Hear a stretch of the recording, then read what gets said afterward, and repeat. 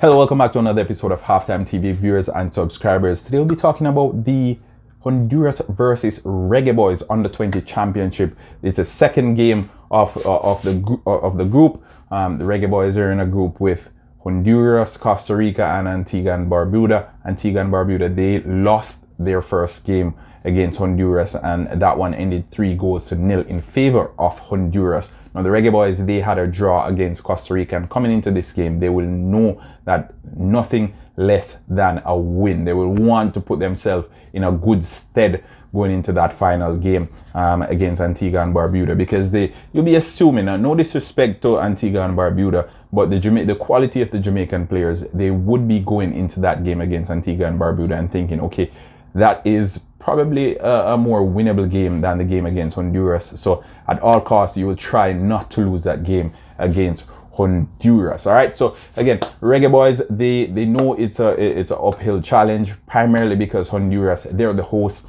They have the home crowd advantage, and the Reggae Boys, we saw what happened in the first game. They came from behind, missed a penalty, scored a penalty in the end, but going forward there wasn't that cohesion. It seemed as if the players, it looked a little bit disjointed going forward, and I must say that is primarily down to the time that they've had to prepare. They haven't been playing together for the longest while, and we saw I think it's Jamari Clark, him having some intricate play up front with the other substitute who came on, and that before he came onto the pitch, we didn't see anything really promising going forward.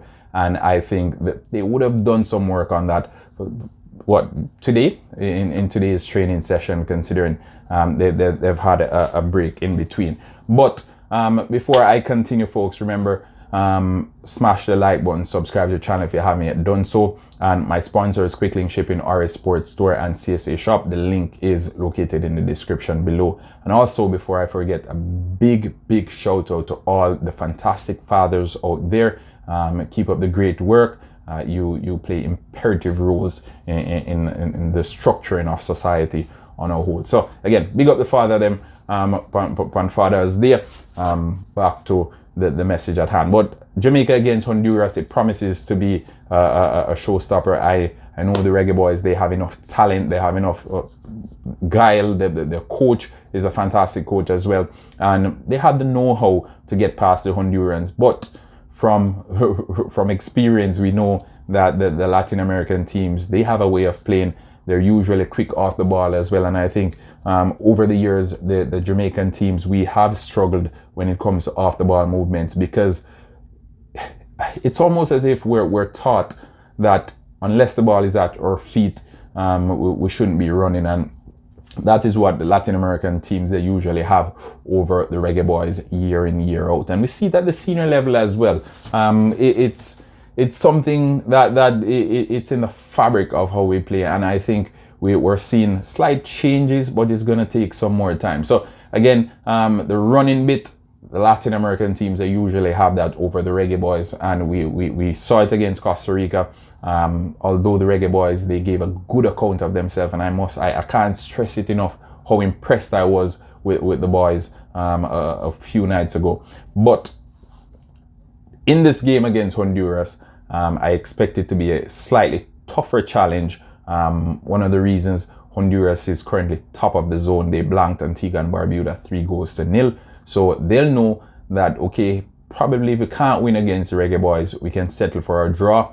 The Reggae Boys will also be thinking, okay, maybe we can look towards Antigua and Barbuda as a winnable game, but at least get a point from Honduras. That would end the zone on 5 points for the Reggae Boys, which I think will be more than enough to get them on to the second round. But let's see, hopefully we get some goals. Hopefully it's end to end. Marcel Gale, he tends to be a little bit conservative in the initial stages, and then if push comes to shove, he goes all out, throws the kitchen sink at it, as they love to say in football. But I'm expecting it to be a 1-1 draw again. I think the Hondurans, they will try their best not to lose this one. And the Reggae Boys, they will know that the Antigua and Barbuda game is a winnable game, and probably trying to go head to head with Honduras will be too much. We saw them against Costa Rica. Still a little bit more time needed for preparation as it relates to cohesion going forward and attacking interplay. At the back seemed sturdy enough in my opinion.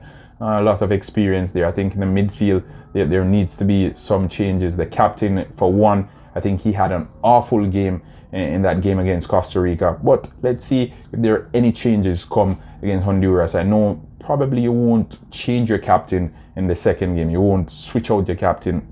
And although we never know. We never know. Let's see what Marcel Gale does in that game against Honduras. But I'm predicting a 1-1 draw, and I'm curious to hear what you, the viewers and the subscribers, have to say. What are your expectations? What are your predictions for that game? The Reggae Boys against Honduras. This one will take place tomorrow, so Monday evening. Tune in to Halftime TV as we probably do a watch along, or maybe afterwards we'll do a reaction video to that one. But again, like, share, subscribe. Until next time, and happy Father's Day again to all the fathers. Big up on yourself. Peace out.